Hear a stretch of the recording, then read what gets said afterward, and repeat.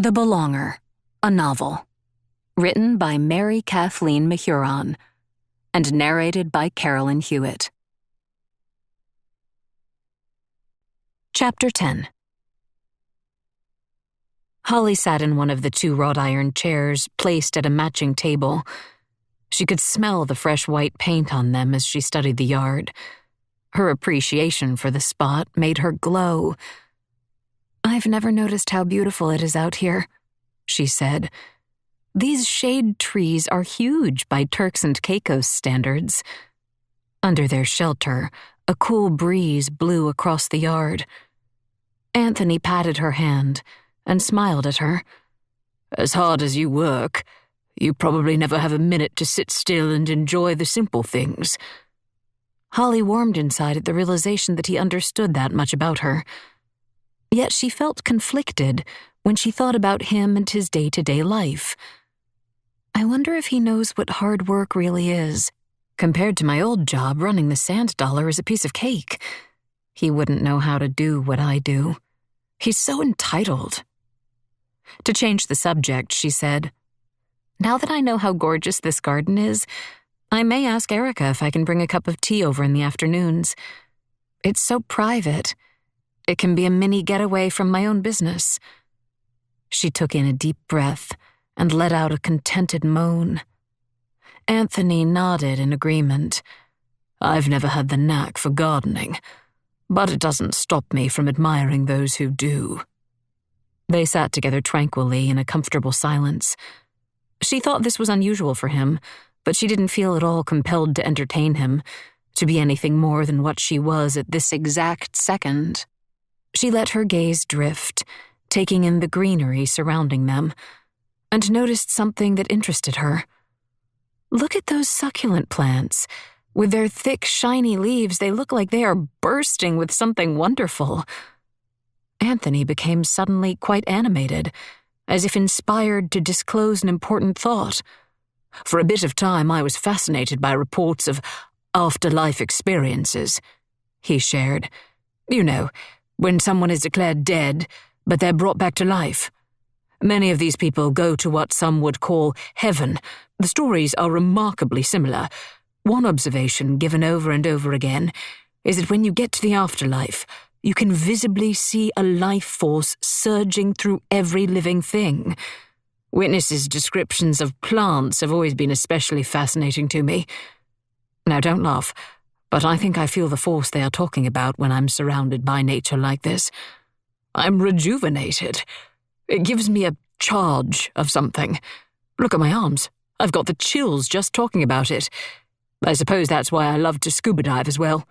To me, every creature that lives in the ocean pulsates with life." Holly let out a tiny "ooh," and nodding, said, "I've often said the same thing. Nature feeds me. I didn't know about the afterlife experiences, but that's so intriguing. You know, I've never been diving." Anthony put his hand over his heart and leaned back in his chair. "How is that possible? You've been coming to Grant Tech for years. What economy exists here is driven by divers coming to explore our pristine coral shelf. How is it that you've never seen it?" Considering this, Holly took a sip of her wine. "When I started coming to the island, Byron was a baby. As wonderful as his grandparents are, I didn't think I should just waltz off and leave them to take care of my infant for a big chunk of the day. Babies are a lot of work, you know." "I don't personally know that from any extended experience," Anthony coughed. "I can imagine, though." Holly drew a scribble in the condensation on her wine glass with one finger. "Money was always an object. Until very recently, I struggled to make ends meet. I had a mortgage to pay and a son to raise. Montez did what he could to help, but he didn't have much back then either." Anthony leaned toward her, but he didn't comment. A blood vessel in his temple pulsed, giving the impression that he was thinking very hard. In the silence, with their unspoken but clearly shared intention to be at peace, they enjoyed the food, wine, and the magnificence of the garden in the fading early evening light. So maybe I'll never get married, Holly thought. It's not so bad, is it? I'll enjoy the company I do have, not expect anything more. Maybe I'm meant to be a loner, but that doesn't mean I can't have fun. After Anthony took his last sip, he held his glass in the air, signaling the end of their meal. "Let's step out front and watch the sunset," he suggested. "It will be any minute now." He opened the gate for her and made a sweeping motion with his arm, indicating that Holly should step through. They sat side by side on the low seawall that ran along the other side of the street, facing west. There wasn't a cloud in the sky. "Conditions are perfect tonight," Anthony noted. She knew he was referring to the possibility of a green flash occurring, and she agreed. "Maybe we'll get lucky tonight." "Legend has it," he began in a pompous tone, "once you've seen one, you'll never again go wrong in matters of the heart." "You've seen at least one before, I'm sure," Holly said, giving him a smirk. He nodded. "Of course, many. I grew up here."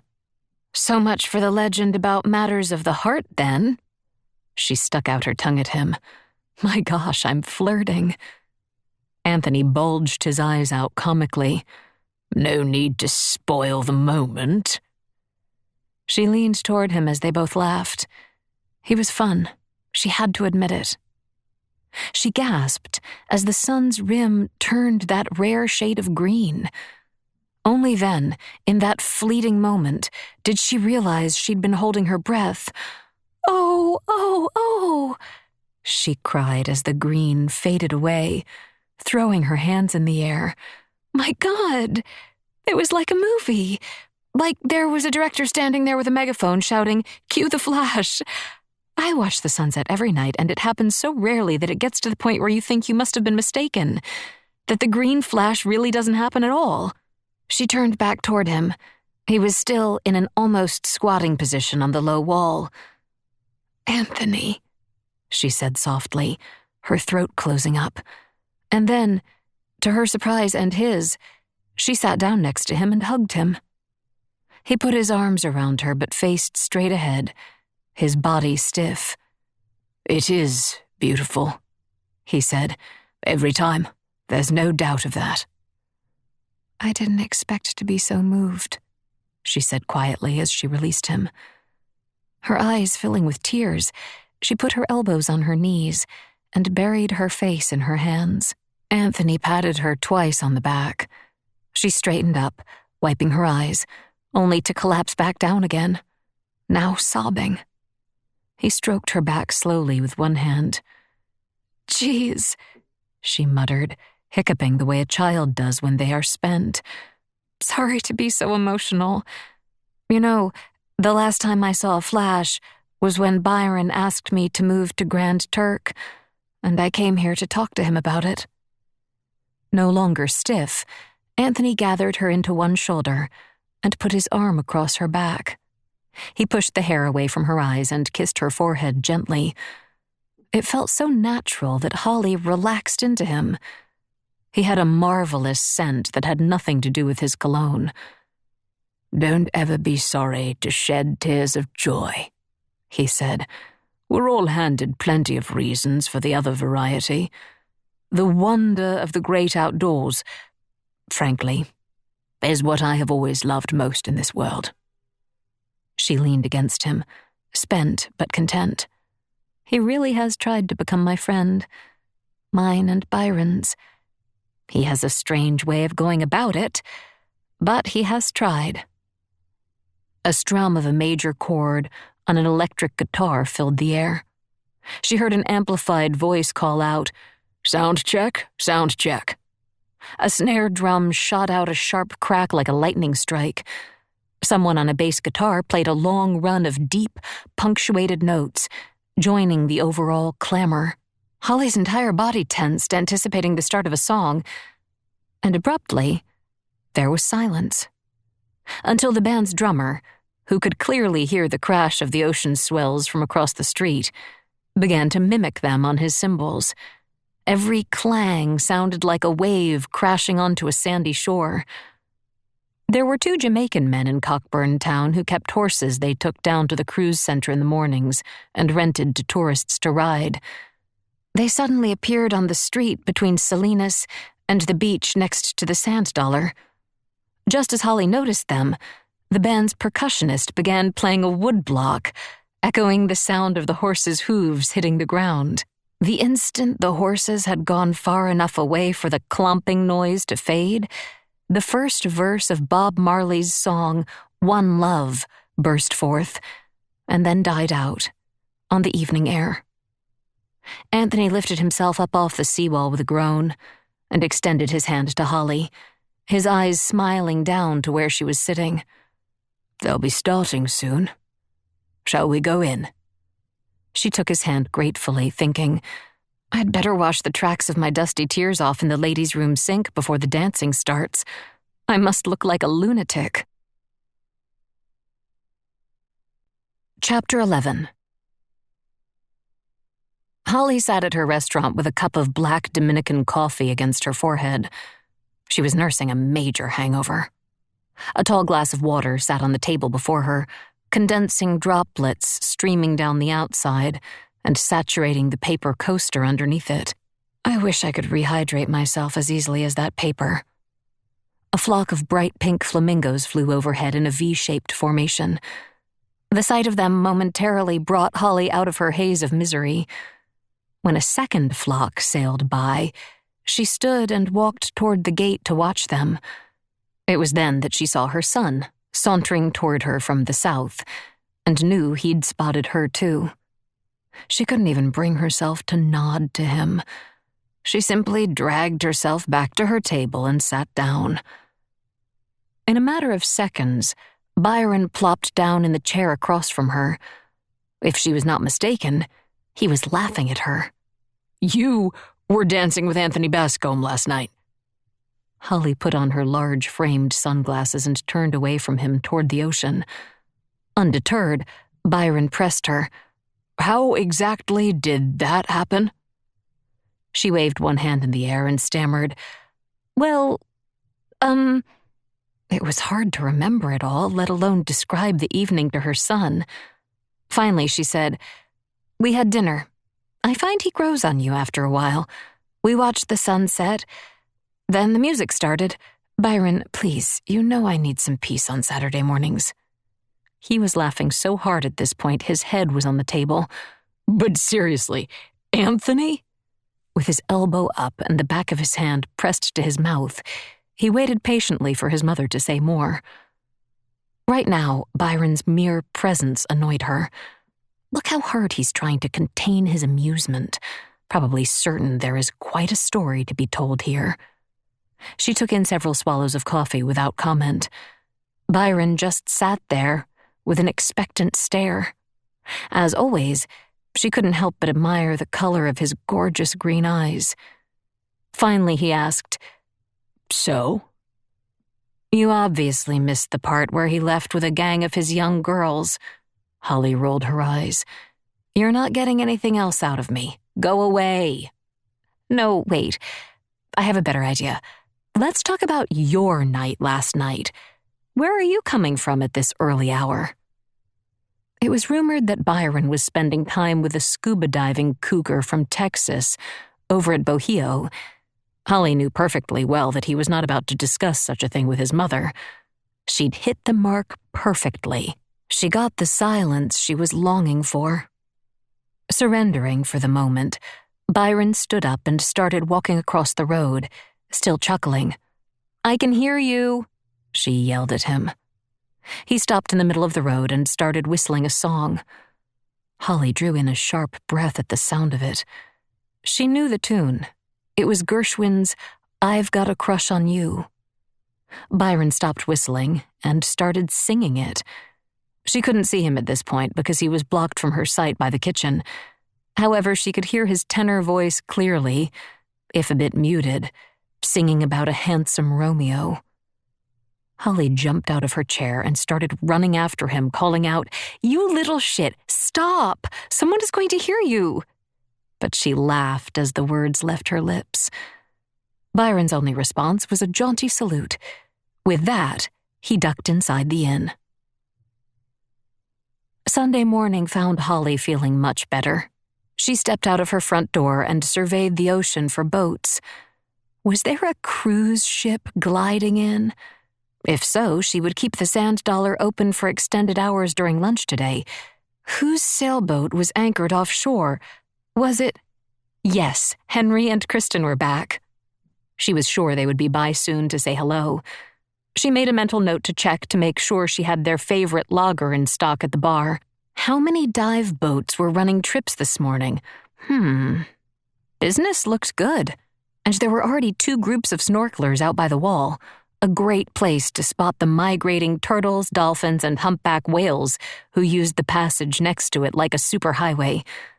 The entire chain of Turks and Caicos Islands sat on top of a relatively shallow underwater plateau.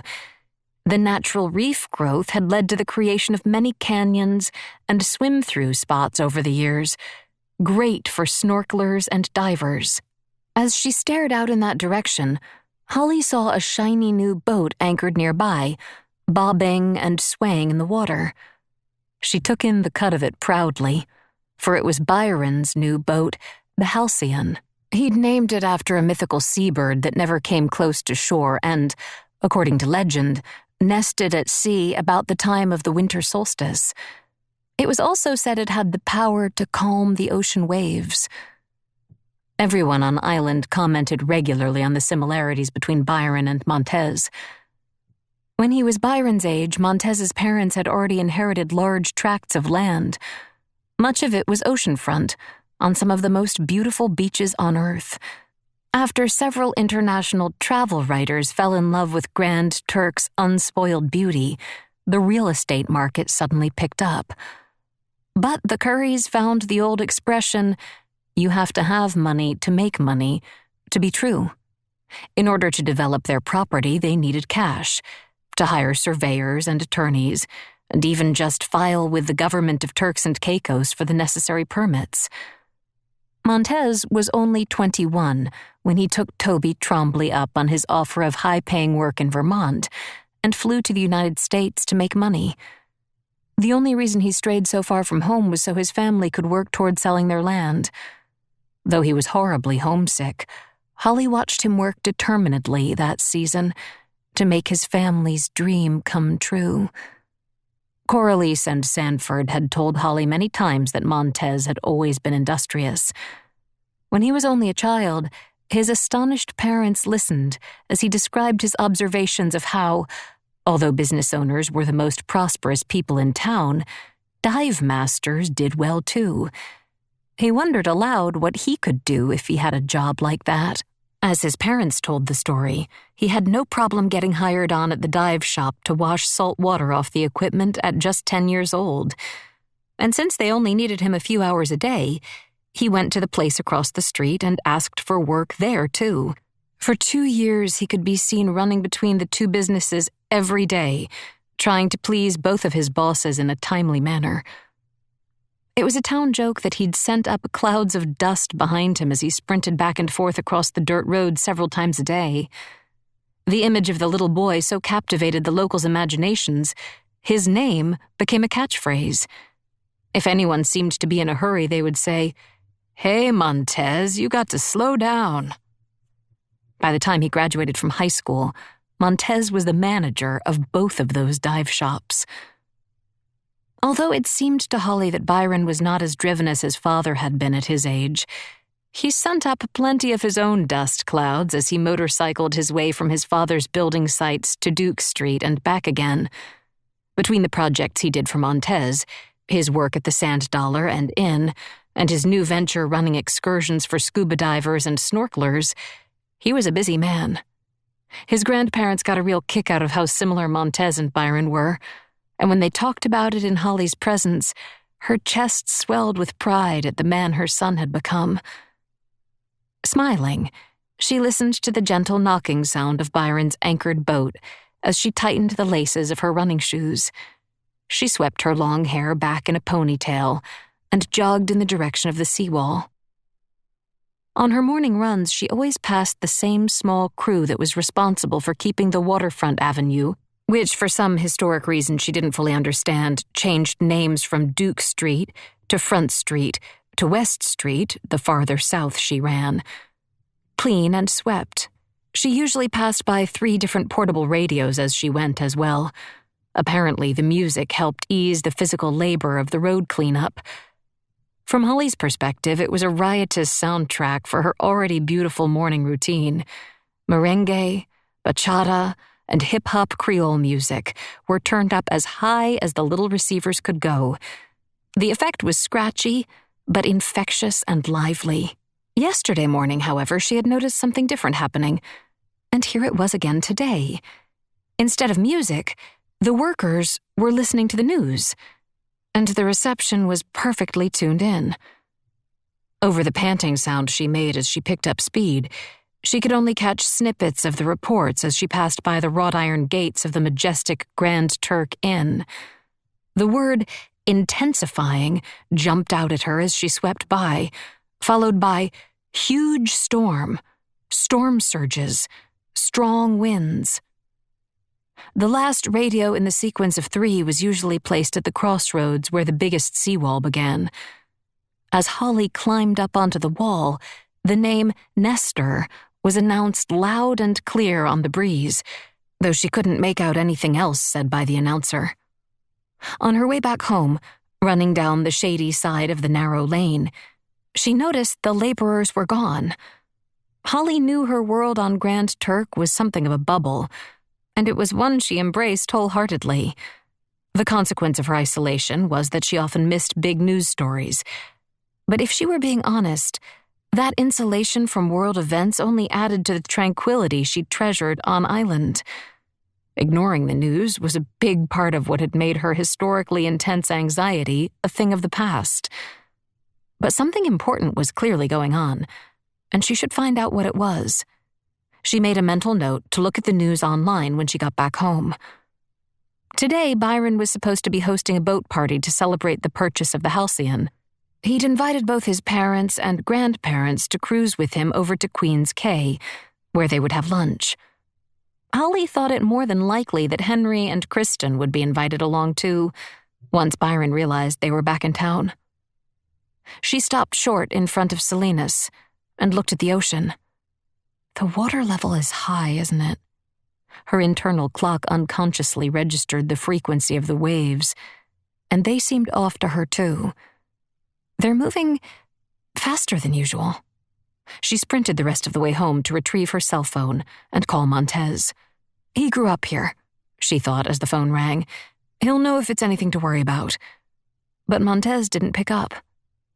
She glanced across the street and saw Fabienne standing in the middle of the restaurant's floor, riveted to the screen of her own phone, her eyes huge and her lips wide open in an oval shape.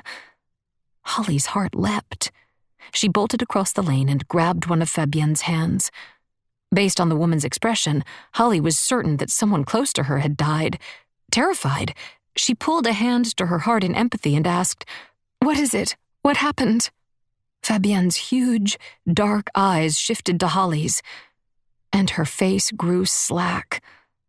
The voice that came out of her twitching lips was unfamiliar, wooden and deep. It made the hair on the back of Holly's neck stand on end. All Fabienne could muster was 2 words. "Hurricane comin'?" Chapter 12. "How will I protect you, Mom?" Holly winced at Byron's tone. She couldn't ever remember a time when he'd raised his voice to her. She arched her back and planted her fists on the backs of her hips. "I'm the mother here, let's not forget. It's my job to protect you." She knew she was in the right. Of course she was right. She had been Byron's mother for many, many years. But the certainty of her position faltered when he stared down at her, an anguished expression on his face. As he reached out and drew her into a hug, Holly could swear he was sniffling, though she wasn't sure because his face was buried in her hair. "You're a strong woman, Mom," he whispered. "Everybody knows it. But you are also just a tiny little thing." What he said was true. and Holly thought he was kind to leave out the fact she was also growing older by the day. Only yesterday, she'd leaned in close to the mirror and noticed that some of the blonde hairs at her temples had grown white. Even so, I am more than capable of looking after him, she thought stubbornly. Despite the uncertainty Byron's desperation caused her, she, as was her lifelong habit, consciously willed her backbone to become steel. When she pulled away from her son and planted her feet wider, he threw his hands into the air and turned away with a gesture that said, "Come on." "I'm not leaving you, Byron," she said. "I won't back down." In response, he folded his arms across his chest with his head bowed. He looked like he was barely managing to hold himself together. Holly was embarrassed to spot Anthony across the dining area. He was near the bar in the shadows, and he obviously could hear everything she and Byron were saying as they stood at the overlook to the sea. She thought perhaps he was trying to give them a moment to hash out their disagreement, but he was clearly restless. The urgent problem, the dilemma, was Hurricane Nestor, a Category 5 hurricane of potentially history-making power that was reportedly headed their way, although you wouldn't know it if you were to judge by the current weather. Except for the rise in sea level Holly had noted earlier, it was a gorgeous September day. "Mom, Anthony's mansion has stood for centuries. The safest place you can be during the storm is over on Queens Quay. You know it's always said that it's a hurricane hole." Holly scrunched up her lips. "That's an old wives' tale. And just where will you be?" she challenged him. "During the storm, I mean." "Dad's been staying with Mommy and Poppy until his new house is ready. It's being built to hurricane specifications, and it's all steel-reinforced concrete. I sure wish we could go there, but—" Byron looked down, seemingly embarrassed as he said this, though Holly wasn't exactly sure why that would be the case. His grandparents' house on Middle Street was a fragile old thing made entirely of wood. "Well, Coralise and Sanford can't stay at their house," she said. "They're lucky it hasn't blown down already." Her eyes grew a bit misty. "They can all come here. We'll hunker down together. Why would I want to walk away from Grand Turk now when everything is at risk? A good chunk of my life's savings is sunk into this place, not to mention you are my only child." To her, this seemed like a reasonable sentiment, but deep down she knew that in addition to wanting to stay with Byron, she was comforted by the notion of Montez protecting her, just as he'd done in the past. Holly had long idealized a particular night from her time working with Montez in Vermont all those years earlier. She was having a beer in the Tremblay's saloon after a long day when a man staggered across the room toward her. She put a hand up and said, "Look, buddy." "Drew. My name is Drew." She would never forget his ravaged face. The next thing she knew, she was overpowered by the stench of his hot breath on her ear. "You are one pretty girl. I can tell you're a natural blonde. Natural all over, I bet." As he let out a laugh that sounded like "Gah, gah, gah." Holly flung herself as far away from him as she could go, so far that she almost fell off the backless stool. She shuddered when he picked up a lock of her hair and stroked it with his fingertips. "You've got blue eyes, too," he slurred. "You're every guy's wet dream." Reflexively, she pushed him away, hard, though it didn't move him an inch.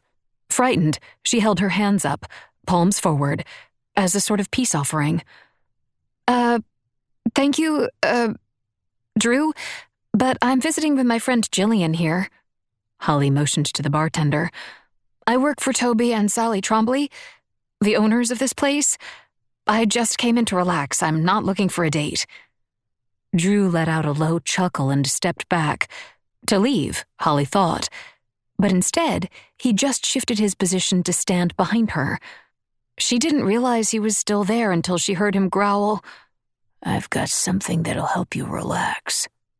With that, he circled his powerful hands around her waist and yanked her rear end tightly into his crotch.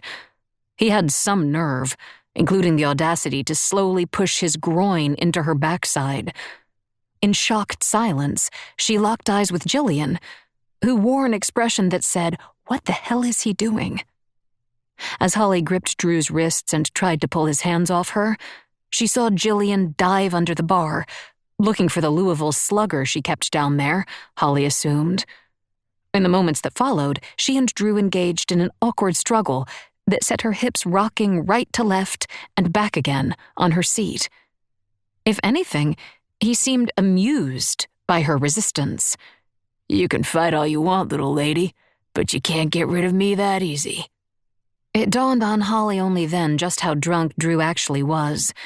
And in fact, she thought he might be high on something as well, because the one look she got directly into his eyes made her think that he was crazed. She began to hyperventilate. It was exactly like a recurring nightmare she'd had since she was a small child. As hard as she tried, she couldn't make herself scream. Though she gulped air in, no noise would come out. Her exhalations were short and spastic. "Yum," Drew said as he slid his hands up her torso. Holly saw stars and worried that she might faint. She struggled with him with all her might, though she felt the muscles in her arms tiring and giving way. Instinct must have taken over, because she finally yelled out, "Jillian!" and, with the help of the adrenaline coursing through her veins, managed to twist and turn away from Drew to keep him from reaching her breasts. Gritting her teeth, she glanced around the bar for help, just as the couple across from her finally caught on to what was happening. The man stood up, but the woman with him put a hand on his arm, keeping him where he was. "Honey," she said, "don't get involved." Holly felt crushed. So much for women helping each other. To control her thrashing, Drew pulled her in tighter. Just as he lifted her off the stool in a suffocating backward bear hug, a piercing bang echoed through the nearly empty dance hall, the sound of something hard hitting the floor. Holly later found out that Montez had been returning some equipment to a storage closet near the entrance door when he saw what was happening. In an instant, he was storming toward her aggressor, beating Jillian, who was coming around the bar with her baseball bat, to the scene. With a powerful hoist, Montez threw Drew off Holly, and the jerk flew forward and to their right. Drew landed on his stomach across the bar, and a graceless "oomp" sound exploded out of him. Holly numbly thought it was fortunate for him that he had missed impaling his face on one of the pointy beer taps. Before he could recover, Jillian let loose with the clear swing she had been waiting for. Her aim was good. She hit his left shoulder and also knocked him across his ear and the back of his neck. Drew's friends were up on their feet. "Drew, geez, crow, we can't take you anywhere." Jillian held her bat up and stared at them in a way Holly thought was meant to be threatening, but Holly could tell her friend was trembling. At the same time, Montez reared up to his full intimidating height of 6'3" and pulled his shoulders back like he was daring the other men to come at him. Panting, he glared at Drew, who had now turned himself over and was holding a hand to the side of his head. Holly was still on her stool trying to calm her breathing. "Don't you dare cry." She noticed that instead of confronting Montez, Drew screeched at Jillian, "You hit me, you goddamn bitch. My frigging ear is bleeding." "You deserved far worse than that, you ass," Holly thought. Thank God Montez came in. "You're done here."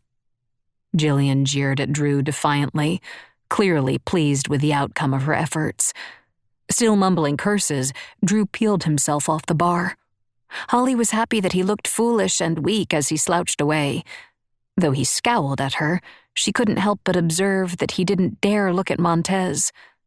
Coward. "Let's get out of here before they call the cops," one of Drew's friends shouted.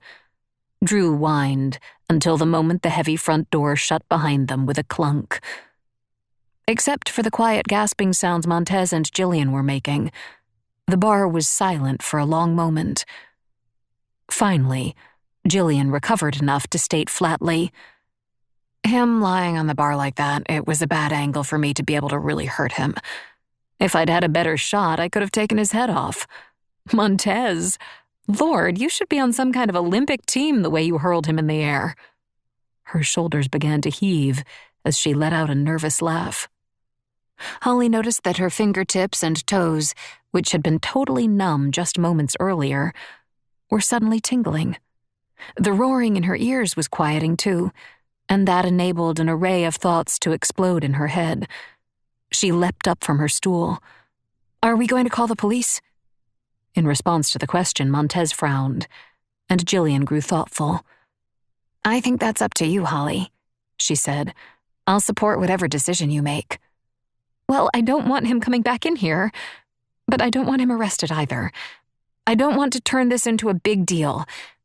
Maybe Toby and Sally will somehow decide it was my fault. Or," she worried silently, "everybody might side with the local boys, and where will that leave Montez?" Jillian picked up the bar logbook. "I'll record the incident so you'll have a paper trail if you need it later." "We have to tell Toby what happened," Montez said with a nod. "It wouldn't do to keep it from him." Although he sounded confident it was the right thing to do, Holly wondered if he was concerned about the security of his job just the same. She also felt nervous for Toby to hear about this. "Really?" She made a face. "Oh, Lord, you know he's never liked me hanging around in here. This will just be more ammunition for him." Montez asked Jillian for a beer. As they all watched her pour it for him, he spoke out of the side of his mouth toward Holly. "Toby sounds like a wise man to me." She bristled. "Nobody is going to tell me where I can and cannot go," she said. "I didn't do anything wrong, Montez." Holly never did stop coming into the saloon at night.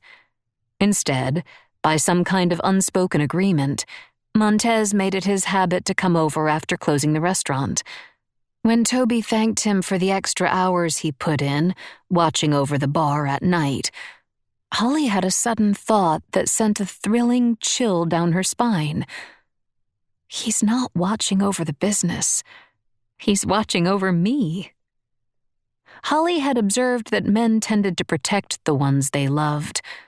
After the experience with Drew, she assumed that Montez's feelings for her ran deep, that he was as crazy about her as she was about him. Yet when October came, he went back home and started his real estate project as planned, and she spent many years trying to rekindle his interest and attention. As Holly's mind came back to the present, to her grown son standing on Duke Street and begging her to get off island for the duration of the storm, her heart still raced at the memory of what had happened that night in the saloon. She took a breath and told Byron in no uncertain terms, "I'm staying here, on island, with you." He turned his eyes away. Was he blushing? "If you asked Dad, he'd agree, Mom. Obviously, this is your home too, but..." She noticed his averted gaze again. "What's going on?" Holly could see he hated to be the one to give her the news. "Dad's got a serious girlfriend." Holly received the blow with a lurch of her head and a sick feeling in the pit of her stomach. She knew Byron would assume she would be upset by the idea.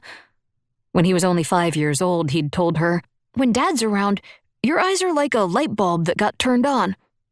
Since then, she'd tried to be less obvious about her infatuation with his father. But he was her son. He knew her better than anyone else in the world. Montez had dated other women before, but the relationships hadn't lasted, and Holly had always managed to cope with the ups and downs. She'd thought things would continue on as they always had, indefinitely. Perhaps that had been foolish. She'd heard some rumors recently, of course, but she'd refused to give them credence. Had she been silly to ignore the news on the street? Had she indulged in blatant denial? Holly watched as Byron glanced over his shoulder to check on Anthony's position before leaning close and whispering, "Dad said, I'd like you to spend some time with her soon. Some time away from the business. Just family." He looked at me so seriously. He said, "She's a keeper. That's something that's never happened before." "I'm sorry, Mom," What did he mean about the business? It's Samira, Mom. A single sob escaped Holly before she could stop it. She jerked away from Byron and walked over to another railing so her back was turned to him, one fist pressed to her mouth, while the other wiped at the tears escaping her eyes as if they had a life of their own. Holly turned her focus to her son and wondered how this must all make him feel. After what he'd just told her, she couldn't deny that Montez must really like Samira. How could that be? She suddenly remembered something a mutual acquaintance had said to her a week or two earlier. "Don't be surprised if there's a wedding coming. I've never seen the man smitten before." Gee, thanks so much, Holly had thought at the time, and then she'd filed the comment away in her vast pit of denial. She now realized how insulted she'd felt. How insulted she felt now. For 22 years, she had been the only long-term relationship Montez had had with any woman, although it had become platonic after Byron was born. Holly supposed she was proud of their long-shared history. But now, once again, she had overestimated his intentions toward her, to say the least. She turned back to Byron. He spoke his next words tentatively, as if he hadn't told her the worst news yet. "There's something more important than our family and our businesses, Mom. Have you heard the talk? People are saying undocumented workers will not be allowed into the shelters." A moan escaped from Holly as her problems were quickly put into perspective. Many on Grand Turk lived in ramshackle shacks that could barely keep them out of the beating sun, let alone a storm. "No, no," she wailed, grabbing the sleeves of Byron's shirt. "That can't be right. The cabins they live in are no protection against that kind of wind. They are the most vulnerable among us."